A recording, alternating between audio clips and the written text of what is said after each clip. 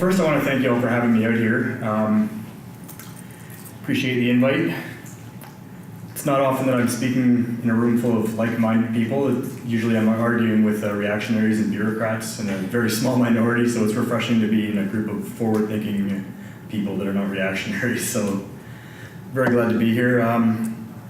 Like was mentioned, I'm from GM. We're currently in battle, embroiled in the battle of our life right now in Local 222, which is a pretty historic and significant local in the evolution of labor, organized labor in the country, as well as internationally as well.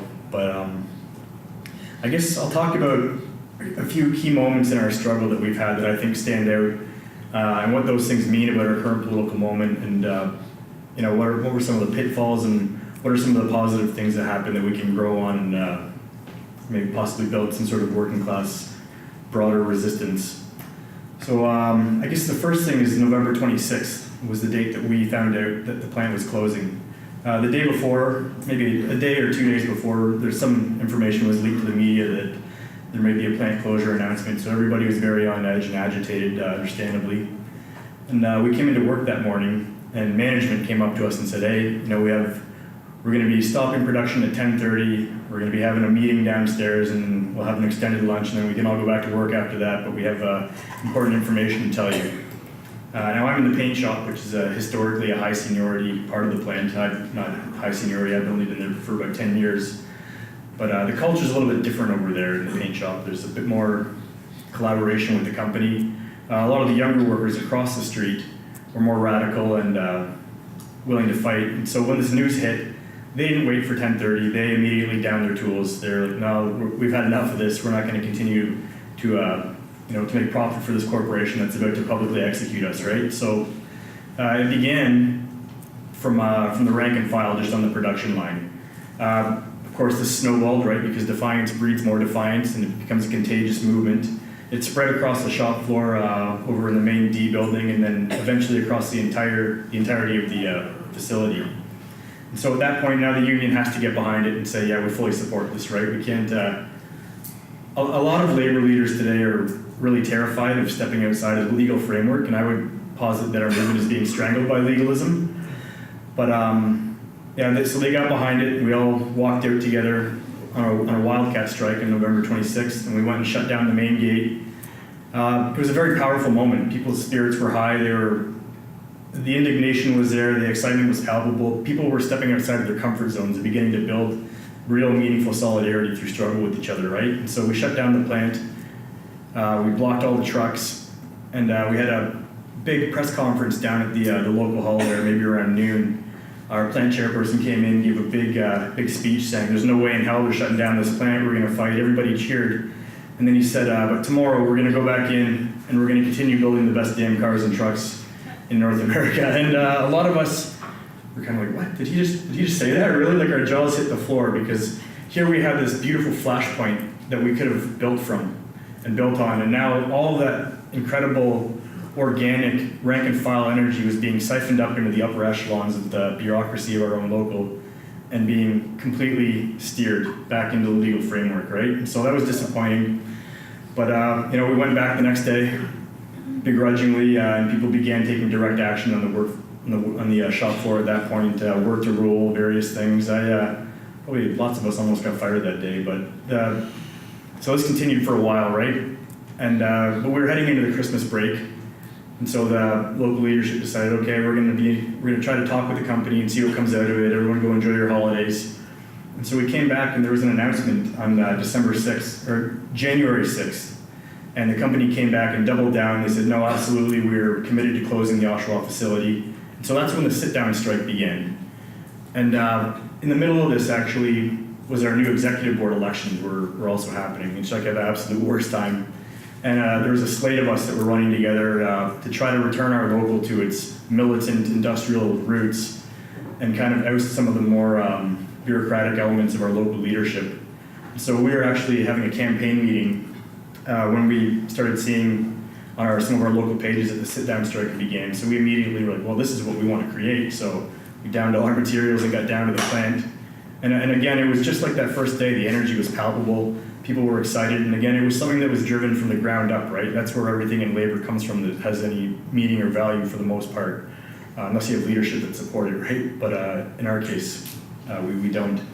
So our plant chair raced back from Detroit. They had a meeting that day. He came in, gave another big speech, said, I've never been more proud of all of you. This is incredible. If you're in management, get the hell out, right? And it was very powerful and rhetorical. And then he said, but tomorrow we're going to come back in, we're going to build the best damn vehicles in North America. So again, and while he was giving this speech, an organic chant began amongst all of the folks that were there saying, occupy, occupy. And it was loud, it was drowning out part of his speech. And a lot of us felt that was the moment, right? We have all this energy, let's take the plant, let's force their hand, let's do what we know needs to be done here, let's do the only meaningful thing we can do, which is fight General Motors at the point of production. But again, all that energy was siphoned upwards, and we were driven back to the assembly line the next day by our own leadership. And so the National Union hired a PR firm, paid them like $2 million to run a campaign to publicly slam them, and to try to discourage consumers from buying GM vehicles, which affected their market share. It's down 18%. What I will say though is that their truck sales could have been down 100% if we just stopped building them. Right? That wasn't the case. And so the National, they did all these really hokey, silly public relations things and spending our strike fund on this firm, and they could have taken those millions of dollars and paid us to walk out again, right? But they don't want to step over that legal line, and God forbid they get sued or wind up in legal trouble. We're the labor movement here. I guess we've got to be respectful. But according to them, so they had a blockade at the GM headquarters, and I think it was on a weekend, and GM knew about it in advance. All of their main work had been they'd bring their laptops home. It really did nothing. It was just pageantry, right? It was creating the illusion of a resistance because the people on the shop floor, again, were starting to get really agitated.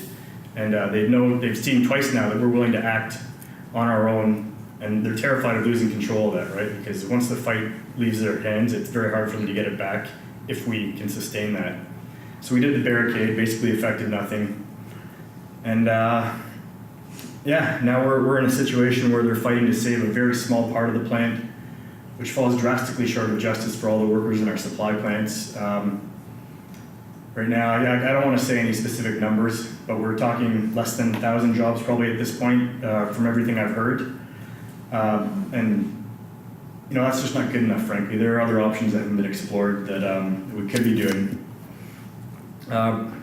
What I will say, though, is during the election that happened, something happened that was kind of unexpected. I won. I was the only person from my slate that won. And I don't think it's a coincidence that I had the most radical language. I have always been pretty unapologetic in my analysis, so when people would kind of be careful, I've had people in uniform in the upper echelon saying, Cory, geez, you could go really far if you could just tone it down a little bit and just relax, take a step back, maybe stop being so critical, and I've always completely disregarded that. And so I want to read a little bit of my election material that I put out on the shop floor because, I didn't plan on winning. What I wanted to do was put out this leaflet and see how many people voted for me and use that as a litmus test for further action to see, where we could go. I'll read just a little bit of it here. Skip down here. We need to fight, and we need to fight like hell. We need to fight like our ancestors did, who froze and starved on picket lines for months to give us the bread and butter things in our collective agreement that have allowed our families to build and sustain the lives we have today. It is no longer enough to stand by on the sidelines as the beneficiaries of history. We must make history once again for ourselves. I know it gets brought up in rhetorical ways from time to time, but people have literally bled and died for what we have today as workers. I want you to look at the person beside you and imagine having to see them beaten to death by company-hired goons. The news brought back to their weeping families, left with only their communities to support them. If that felt fucked up and morbid, good, because it was when it really happened. This is the reality of what sacrifices have been made by workers to give us what we have right now. If we are more worried about securing a closure agreement and bio package than we are about saving the jobs of tens of thousands of our sisters and brothers in Oshawa, many in supply plants who will be given none of the support we will at GM, we don't deserve to even hold the union cards in our wallets. If we are unwilling to endure financial hardship or even financial ruin for both the present and future, history will call us cowards and history will be right. I'll be extremely frank here. I don't give a damn about the election or sitting on the executive board if it doesn't put power back on the shop floor. Our union could function with a bag of rocks on the board if our shop floor was willing to stand together and exercise our power as workers. When you all downed tools and stood by each other, that was real leadership. That was real unionism. That kind of solidarity simply cannot come down from the top. It must come from the ground up. I don't want your vote. I want your rage and your hatred for the injustice we face. I want you to think about what these ruthless scumbags are doing to us, and I want you to get mad as hell about it. I want Greg Moffat, that's our plant chair, and supply plant chairs to know that our shop floors are ready to shove our collective foot straight up GM's wealthy ass and send them limping back across the Detroit River with a new appreciation for our resolve here in Oshawa. As an executive board member of Durham Region Labour Council, I can tell you without a doubt that the rest of the Canadian labour movement is waiting in the wings and itching to dive into the struggle with us. Many rank and file UAW members feel the same, as do the 70,000 striking Mexican factory workers who realize our only hope is a united transnational front against the disgusting greed of GM and other corporations. We cannot fight globalization in our own national silos. Boycotts are not a winning strategy for labor, direct action is. No one who has studied labor history can seriously debate this fact. In closing, victory will not be handed to us from the national. It won't come from our local executive board either. It will come from each of us standing and fighting where we exert meaningful control at the point of production. And so I put that leaflet out as a kind of Hail Mary just to test where the shop floor is at. And I wanted to listen. And so when you put out literature that polarizing and that radical and unapologetic, that says something about the workers in that facility. Yeah. The fact that they're like, there's no one that's on the fence like, oh yeah, maybe I'll vote for him. Right? Like you have to, when you read that, Jesus, imagine seeing my buddy beat to death beside me. Like this is, right? And you see the look on it, it was visceral and it resonated with people. And the strange thing is, our plant, the base is majority conservative, I would say, in our local, right? We're kind of victims of our own success in that way. And there was a time where the Oshawa facility actually had the highest concentration of Toronto Sun mailboxes of all in the entire province. And so you can still walk through the shop floor today and see a Toronto Sun on like every other desk.